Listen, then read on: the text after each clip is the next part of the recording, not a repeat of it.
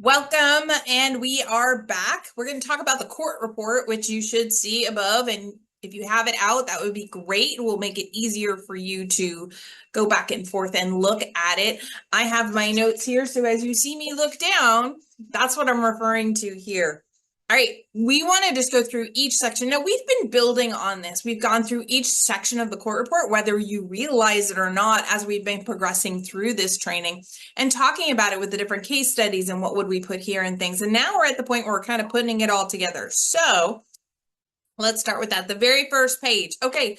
Case number, that's self-explanatory. It could be case numbers. So I could remember that's always the year the case opened. So if it opened this year, it would be 24-JC. That tells us a juvenile sink. You may have a JV, a juvenile offender case, etc. DM stands for domestic. Those are how the different cases are coded. So 24-JC, and then the number after that is the number of cases that it was filed. So the very first case of the year is 1. The second case of the year is 2. So you would have 24-JC 1 if it was 1 child, or you might have 24-JC 1-4 if it was for 4 children. And so for that reason, we would go ahead and put that case or the case numbers. We typically only do 1 court report for a sibling group with some exceptions. So we want to make sure that we are mindful. We have, for instance, in Morris County, they want 1 report per child. And so a lot of the report is similar, but you would do only 1 report per child. So that is a very unique situation. Pretty much across the state of Kansas, we do 1 court report for the entire sibling group. And then in there, we go ahead and we talk about each individual child. And so that is up to the judge how they want that handled. All right. So the next thing that we're going to do is we are going to look at children come next. And so I'm going to do it this way. Children come next. And so you'll have their name and their information. If you have more than 1 child, it'll say child A, their information, child B, their information, child C, their information, etc. And that is what we want to focus on. All right. I am going to adjust this camera. I apologize. It is being very persnickety and keeps going in and out of focus, which I'm sure is going to drive us all crazy. Okay, so here we are. Underneath that, you're going to have parent and or guardians. No, so these are biological parents. And if it, for instance, if one of the biological parents is deceased, it will say biological parent. And then next to it, it'll say deceased. Or in parentheses after that person's name, it'll say deceased. And that is so that you understand they still are obligated to be on the court report, especially during reintegration. Sometimes if we have a situation where parental rights are actually terminated, it'll have their name and then say like mother, and then in parentheses, it'll say RT parental rights terminated, so that we know that they don't have any parental rights, but they do still need to be listed on here. The thing is, a situation like that, you might also have a legal guardian. So this is a legal custodian or a guardian, whoever is legally in charge of that child would get listed here. Now, some people, when we're in the adoption phase or something on that idea, or post a case where we are after termination of parental rights, sometimes people will actually even include placement there, and that is fine as well. All right. So that's where we would put everything. Now, underneath that, you're going to have the hearing date. Now, this is the one piece on this very first page that will change each time because it's for the hearing. And it's for that specific hearing, so that date. Underneath that, you have the county where the case is. And so they're looking here for Dickinson County, Geary County. Don't make it fancy. Don't put the address down or the district court of or anything like that. Literally, it's Marion County, Morris County. That's it. That's all we're looking for there. We're keeping it simple, people. We're keeping it simple. Life is complicated enough. Okay. Underneath that, we have all the parties, and this is where you're going to see everybody who's involved in the case and their role, and their name goes on the left-hand side, followed by their title on the right. Yes, I'm doing it backwards so that it's correct for you on the screen. It's throwing my brain off. Okay. And so you will see just their first and last name for names with the exception of the judge. Judge has an honorable that goes in front of it. So it's honorable judge, da da da da da. And then over on the right-hand side, you'll see judge. Now, what I will tell you is when we get this draft together and we provide a draft of this court report for you when you take a case, it'll have the case number already in there. It'll have the date of the next hearing, that as far as we know it, and all the information of who these parties are that are accurate as of the time we give it to you. But case managers change, things change, and so sometimes these need to be updated. Not all the time, but this is the other thing that you do want to keep an eye on as you progress through the case. So that being said, we will now look at that section, and then we're going to go to the next section, and this is in red, the color red, because it is a warning section. It is not a warning to you so much as it is a warning to others who sometimes forget. Let's be honest. You do start them for a while and you kind of forget. This is the statute for Kansas 38-2211B, and what that states is no one outside of the parties to the case can actually go ahead and see your report without permission of the judge and the executive director. Now, what does that mean in real world? That means a parent's attorney can't say, oh, hey, here you go, right? They can't just say, here you go, to their client and the parent and read. No. They can read the report and say, oh, well, and and they can read every word. Or they can say, well, CASA recommended this, and CASA said you didn't do this and this. They can do that. They can inform their client as to what is and is not in that report. So I want to be really clear about that. Okay. What happens then? That is legal. They can't hand them the report, but this is trying to keep it to what's in there. This is also why it's really important that you're honest with the parents or anybody else who's involved, even in the child, and what you're recommending. And you can do that in a wonderful way. You know, you can do that in a polite way and be like, hey, look, I'm not going to be in my report. I'm going to be recommending the child stay in out-of-home placement right now. You are doing amazing. However, you still haven't gotten this, and this done. And until these are done, there's still some safety concerns. There's some risk to this child. So at this time, this is my recommendation.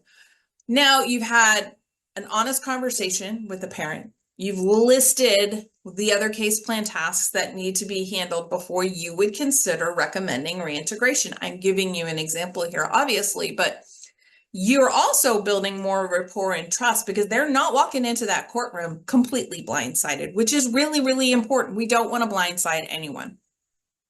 It's also why it's important to put positives as well as the other things that might be construed as negative in your court report. We're putting just the facts, right? But they can be interpreted as positive or negative. Remember, we want to look through the resource lens as much as we look through the deficit lens. It is not all or nothing for any of us, especially the parents and families that we're serving. So it's important. That helps. They're not surprised. They know what's going on. They're not going to freak out in court when they have a clue what's going on ahead of time. So anyway, I just wanted to kind of like go over that. There's not much on this front page that changes other than occasionally, or the court hearing date changes every time, and then occasionally you will have a change in caseworker. Now, this is where it becomes really important to pay attention to your court hearing notes.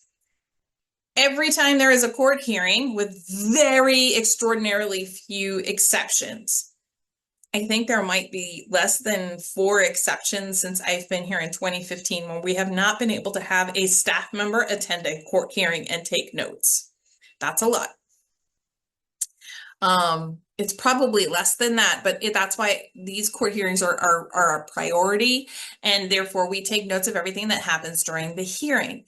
That is also a lot of times when we become aware that there's a case manager change, or there's a family support worker change, or there's a reintegration supervisor change, or the child has changed case teams and things like that. And that would be in those court notes. First, in the top section, where we list kind of like who's there, who the attorneys are, who the guardian ad litem is, the parents' attorneys, as well as St. Francis, as well as down below in the notes if it's discussed during court. So pay attention. Typically, you will have a staff member who will get those to you within 24 to 48 hours of the hearing. Now, there might be a time where there's a delay. I thought Devontae sent it to you, or Devontae thought Vicky sent it to you, or something on that idea. If that's the case, it's been over 2 business days, the 48 hours, give us 2 business days. If you haven't received it then, go ahead and reach out to me and be like, Lisa, haven't gotten my court notes, or our outreach coordinator, or whomever.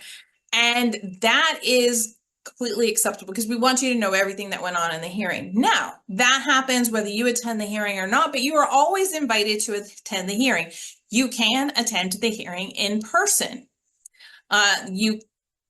Even if you attend the hearing in person, we're still going to take court notes and we're still going to send them to you because we want you to be focused on what happens during the case and what is going on during that case, not on taking down all the notes.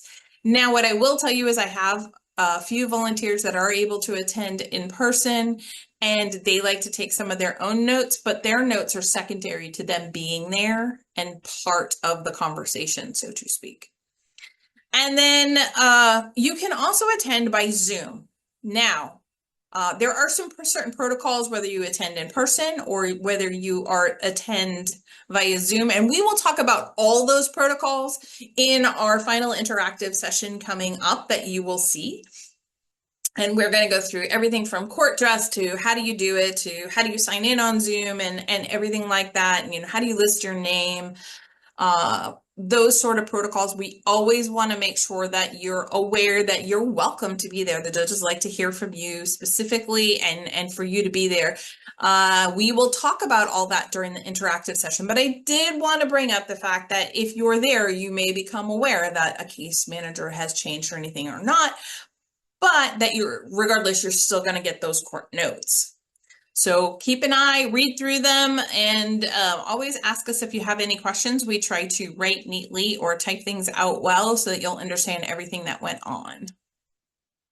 So we're going to go to the next page, and then now we're talking about the recommendations. So we've been doing a lot of interactive work with recommendations and how we would phrase them and what we're recommending, and then the basis why we're recommending the court. Remember, this is where we're throwing grammar out for that basis. Each sentence can be its own thought. If you need 2 sentences to say it, that's okay, but you can have lots of thoughts or lots of reasons in there. And then you'd have one recommendation and the basis for that recommendation. Underneath it, you'd have another recommendation and the basis for that recommendation. We've been doing that a lot all throughout this training, especially in the interactive sessions, so I'm not as concerned about that. Remember, the reason for removal, which is next, is the child might not have been removed. This is the start of the case. How did the case get started? So it's either like the reason for removal or the reason for the case. Next, when we talked about the whole child and how we want to talk about the whole child, and I talked about this section in the training where we want to have all the updates, physical, emotional, social, educational, or academic, or everything like that. We want what's going on with the child. Do they like art? Are they making their milestones? Did they just take their first steps? Have they been having a lot of ear infections and they're kind of concerned about that? Are they making their appointments? How's their health doing? Did they just finish reading? Did they win a prize at school? Did they win a good citizenship award at school? These are all the things that we would want to include in this section. And this is where it's really easy to have updated information. So your recommendation might be the same, two court reports in a row, right? Well, you just need to reword it a little bit. Your reasons and your recommendation and your basis could be the same. You're just going to reword it a little bit if you have the exact same recommendation. Whereas when you get to that child section that we're really putting in, it's 1 paragraph per child. If you only have 1 child, it's okay to break it, and do each part in different paragraphs, but 1 paragraph per child is usually typically how we do it. you really want to have some kind of fresh information. And so if it's summer and they're not doing their regular activities and they're not in school, so there's not a lot to report, you know, they're an older child, they're not going through any milestones or different things like that, then what you want to put in, what are they doing for summer activities? What do they like to do? Those sort of things. Remember, this is also where we're going to want to put that picture, and we're going to talk about that a little bit more in depth later when we talk about the child photo policies and different things like that. But our judges really love pictures of the children. You could put a picture of the child every time. One of the things that I do say is that you definitely want to do it every so often. So about every 6 months, you're going to want to add a picture, because it helps the judge understand how big the child is getting. A lot of times I like to do comparison shots if the child has been in care. So if the case has been going on for 2 years, we'll say it's a really long case, but let's say it's been going on for 2 years. I'll be like, I will put in here 2 pictures. You know, I'll do the update, and then I'll put a sentence in. And we included a picture of what they look like at the start of the, you know, and look how much they've grown now. You know, we put an older picture in from the start of the case and a new picture that we just took at our last visit. Look how much they've grown. Aren't they amazing? They're so adorable, yada, yada. And then the judge is also like, that's a lot. That child's grown a lot. And it just helps them remember that we're trying to be doing this in a child's sense of time. Now, that is not a sneaky thing. I have talked to the judges about this. I've talked to our chief judge about this, and they actually appreciate this because they have lots of cases and they don't want to treat, I can say for our jurisdiction, they do not want to treat any of these children like a number. They want to treat them as individuals. And so these pictures, first of all, help them feel more connected, and then second of all, help them remember the passage of time, and then they get to enjoy a moment of that child's life. And think about what judges see in a courtroom every day. These are the things that make them smile, that make them happy, to see a picture of that child. So this is where I would include that as well. The child's wishes, because that's the next section. We've talked about this, you know, what do they want versus is that in their best interest and that sort of thing. We talked about that earlier on in the training. That would go there. The update on the parent's progress towards reintegration, or an update on the parent's progress. One of the things that we would say is this is where you're going to want a paragraph for mom and a paragraph for dad and a paragraph on anybody else who was involved, but this is where you're going to be putting that information about mom or dad that we kind of talked about when we did the Lavender Bass interaction, and like how we could reword this. You know, mom has done this, but mom still needs to complete these case plan tasks. Mom is struggling with this. Dad has done amazingly well. He's done this, this, this, this, and this, and look at what he's accomplished since the last court hearing. He's only got 1 case plan task left, but he's having difficulty here. These are the different things. I try not to favor, I try and make sure I favor mom and dad at different points. So this is where we're going to put in, and remember, we want to put make sure we have at least something positive in there if at all possible. After that, then we have that section for the concerns. You don't have to have concerns. I always tell people you don't have to be concerned about anything, but if you are, this is where we're going to put it. Now, in addition to that, I'd love for you to pull out your addendum. Now, I gave you, for these reports, I gave you the court report blank, and then I gave you a court report that it has been filled in, and I wanted you to read through it. So if you haven't, pause this right here and read it. Okay, welcome back if you had to pause for a second and read through it. Now, the addendum, I gave you a way to read through it. And then I have an example of one as well. And if you didn't read both of those, I want you to pause right here and read them before we continue. Welcome back if you had to pause right there. So one of the things that I want you to see about the court addendum is this is what happens. We have to submit that original court report within 10 business days, right? So what happens if something happens between the time you submit that court report and the court hearing? And this is, excuse me, What is absolutely key and essential is we can file that court addendum right up until the day before the court hearing. Anything else than that, we can still file it before the court, but I also bring a copy in. That's something that we on the staff side handle. But updated information, because you're not doing an entire report, you're just, if you look at the second page of that addendum, it is just what has changed. If you have a new recommendation based on the information you give, that's great, you can put it there with a recommendation and a basis, but it is just a synopsis of anything else that has happened that the court needs to be aware of that is very important. So anything that happens from that 10 days before for the court report up until right before the hearing, you can put it in there. Let me give you an example. I talk about Spitfire. Well, here's another Spitfire story. So Spitfire, when I'll tell you, she was 7 years old. I think you remember that. And she knew her grandparents lived in Colorado.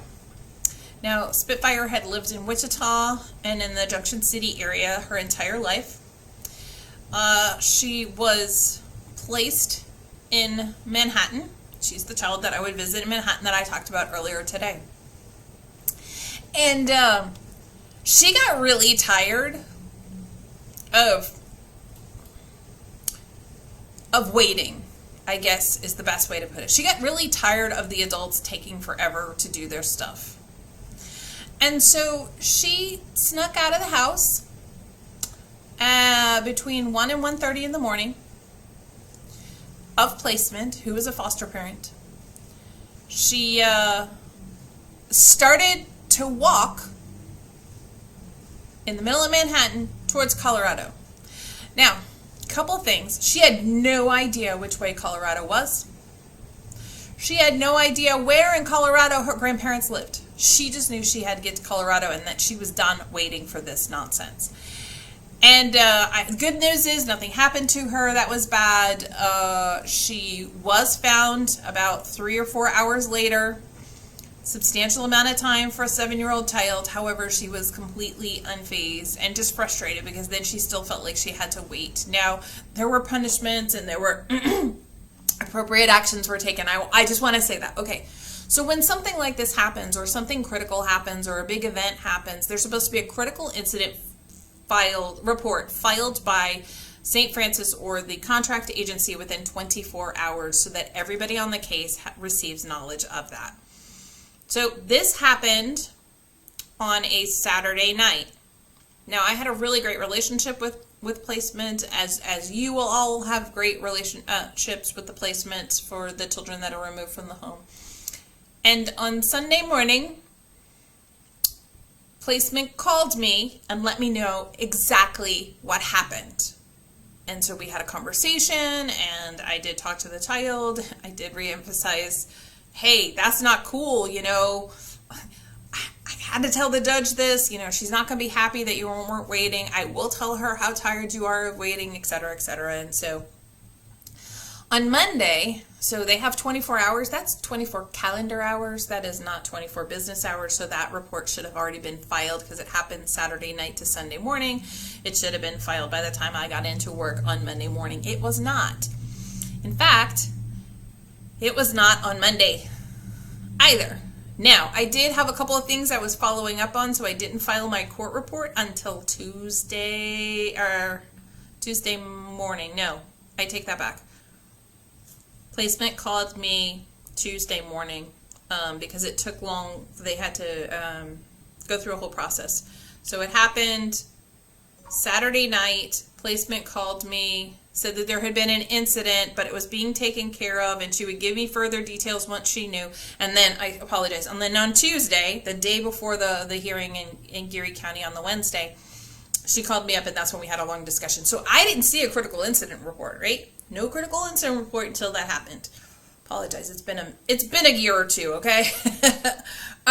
So I didn't have time to like really file the court report, so I took it up and I filed an addendum, or I didn't file an addendum, I wrote out an addendum. And then there was no time to file it in advance because by the time I finished with all my explanation and following up on everything like that, it was after hours, so there's no one at the courtroom. Perfect. I print out lots of copies for everybody. That's something CASA staff would do. Wednesday morning, they call the case, and St. Francis had that worker who's no longer there. This person ended up losing their job for this and other incidents. They called the case and they weren't going to say anything. They had not filed the critical incident report or anything, and they said, okay, well, that's great. And I stood up. So the trick to saying that you want to say something in court as long as we filed the report at that point was to stand up. There's a different format now. If you ever come to court, I'll let you know how we handle things. It's a little different. But so I stood up as the volunteer, and the judge called me forward, and I had to go to a microphone because they have to be able to hear it on the record. And I said, I'm just not sure if the court is aware that the child ran away from placement on Saturday night. I know there hasn't been a critical incident report because I did check before I left work yesterday. However, here's an addendum, and handed it out to everybody, that goes over the incident and what happened and this, that, and the other thing. And let's just say that they were not happy that the critical incident report hadn't been done, and then there were a lot more concerns. It's funny because the grandparents had come in from Colorado, and they had just heard the same just after I did. They got the phone call after me from placement, not from the agency. And so that is why we have addendums. Now, if they had filed a critical incident report, I would have been able to get my information earlier, and I would have been able to file an addendum. I have filed addendums on other cases, but that's an example of, if I had gotten a little sooner, I could have filed it. That's the example of something that could happen in a weekend. Things can happen very quickly all of a sudden with a case. There could be any kind of critical incident. The child's in a fight, the child got hurt or was in a car accident or something happened like that. Those are all critical incident reports, and they need to be reported. So as you can see on the format of that addendum, the front page stays the same, except it says addendum at the top. It says the same court hearing. And then on the second page is the meat and potatoes. All you're doing is giving an update. If there are extra concerns or recommendations or anything like that, you would include that in a similar format. It does not happen very often, but it does happen. So what I'm going to do is I'm going to have you answer a couple of questions, and then we will move on.